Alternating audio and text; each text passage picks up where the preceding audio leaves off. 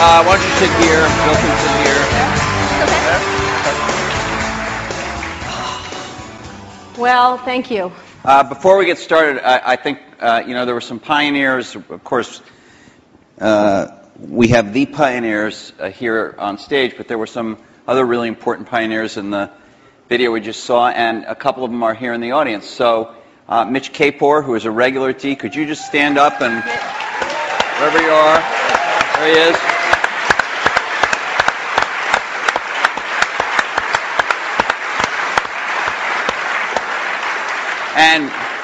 And Fred Gibbons, who has not come to D before but is here tonight. Fred. There's Fred. Right there.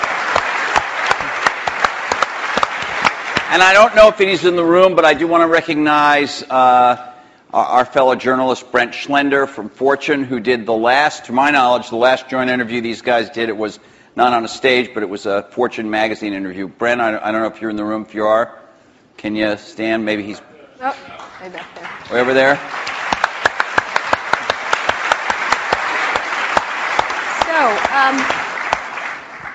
So let's get started. I wanted to ask, there's been a lot of mano a mano catfight kind of thing in a lot of the blogs and the press and stuff like that. And we wanted to, the first question I kind of was interested in asking is what you think each has contributed to the computer and technology industry, starting with you, Steve, for Bill, and vice versa. Well, Bill built the first software company in the industry. And I think he built the first software company before anybody really in our industry knew what a software company was, except for these guys. And that was huge. That was really huge. And the business model that they ended up pursuing turned out to be the one that worked really well, for the industry. Mm-hmm. So I think, but the biggest thing was Bill was really focused on software before almost anybody else had a clue that it was really the software. That's what I see. I mean, a lot of other things you could say, but that's the high order bit. And I think building a company is really hard, and it requires your greatest persuasive abilities to hire the best people you can and keep them at your company and keep them working, doing the best work of their lives, hopefully. And Bill's been able to stay with it for all these years. So, Bill, how about the contribution of Steve and Apple? Well, first I want to clarify, I'm not fake Steve Jobs.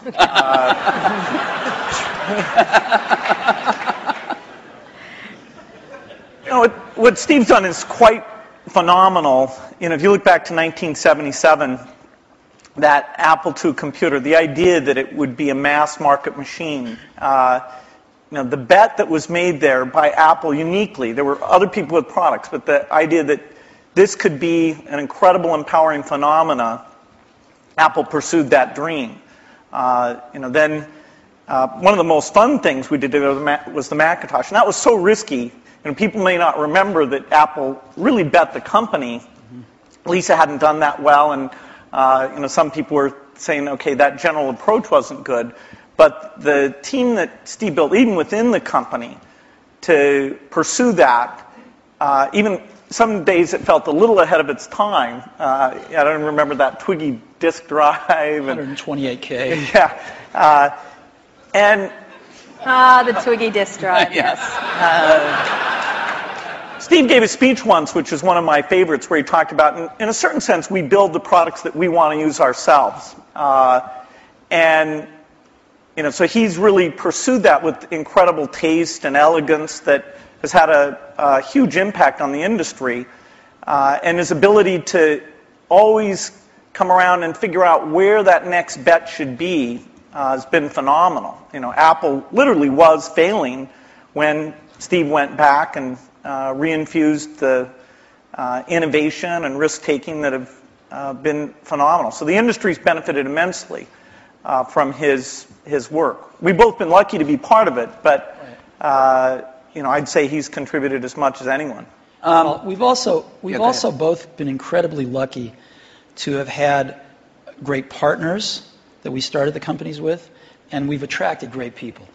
I mean, so everything that's been done at Microsoft and at Apple has been done by just remarkable people, none of which are sitting up here, today. Well, not us. Well, you're sort of the Not not us.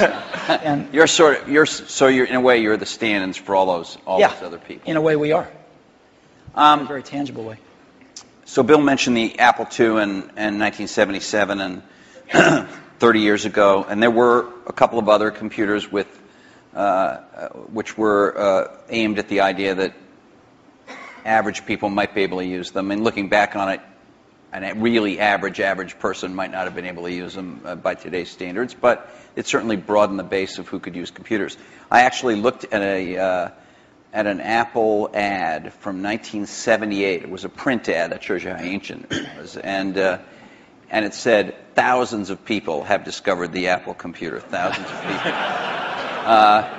And it also said, you don't want to buy one of these computers where you put a cartridge in. I think that was a reference to one of the Atari or something. I don't know. You want a computer you can write your own programs on. And so the world, and obviously people We had some but very strange ads back then. We had one where it was in a kitchen, and there was a woman that looked like the wife, and she was typing in recipes on the computer with the husband looking on approvingly in the back. Stuff like that. Yeah, how did that work for you? I don't think well. So, but just think back to, I know that you started Microsoft prior to 1977. I think Apple started the year before in 76. Microsoft in 74 was when we started writing the 75. BASIC. And then we did shipped the BASIC in 75. Okay. Most people, some people here, but I don't think most people know that there was actually some Microsoft software in that Apple II computer. Do you want to talk about what happened there, or how that occurred? Yeah, there'd been the Altair and a few other companies, actually about 24, that had done various machines. But the 77 group included the PET, TRS-80, Commodore. and Commodore PET, TRS-80, and the Apple II. The original Apple II BASIC, the integer BASIC, we had nothing to do with. But then there was a floating point one where, and I mostly worked with Woz on that. Let me tell this story. So Woz, my partner, we started out with this guy named Steve Wozniak, brilliant guy. He writes this BASIC that is like the best BASIC on the planet. It does stuff that no other BASIC's ever done. You don't have to run it to find your error messages. It finds them when you type it in and stuff. It's perfect in every way except for one thing, which is it's just fixed point, right? It's not floating point. And so we're getting a lot of input that people want this BASIC to be floating point. And like we're begging Woz, please make this floating point. Who's we? How many people are in Apple? Well, me.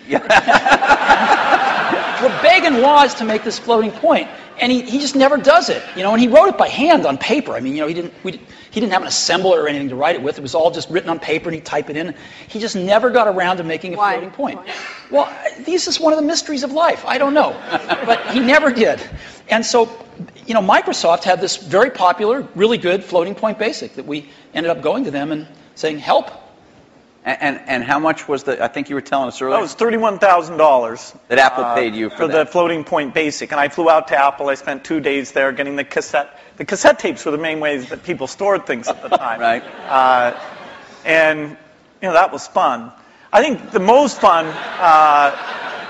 is later when we worked together. Well, what was the most fun? Tell the story about the most fun that was later. And maybe later, not the most fun. Let him talk. I'm teasing.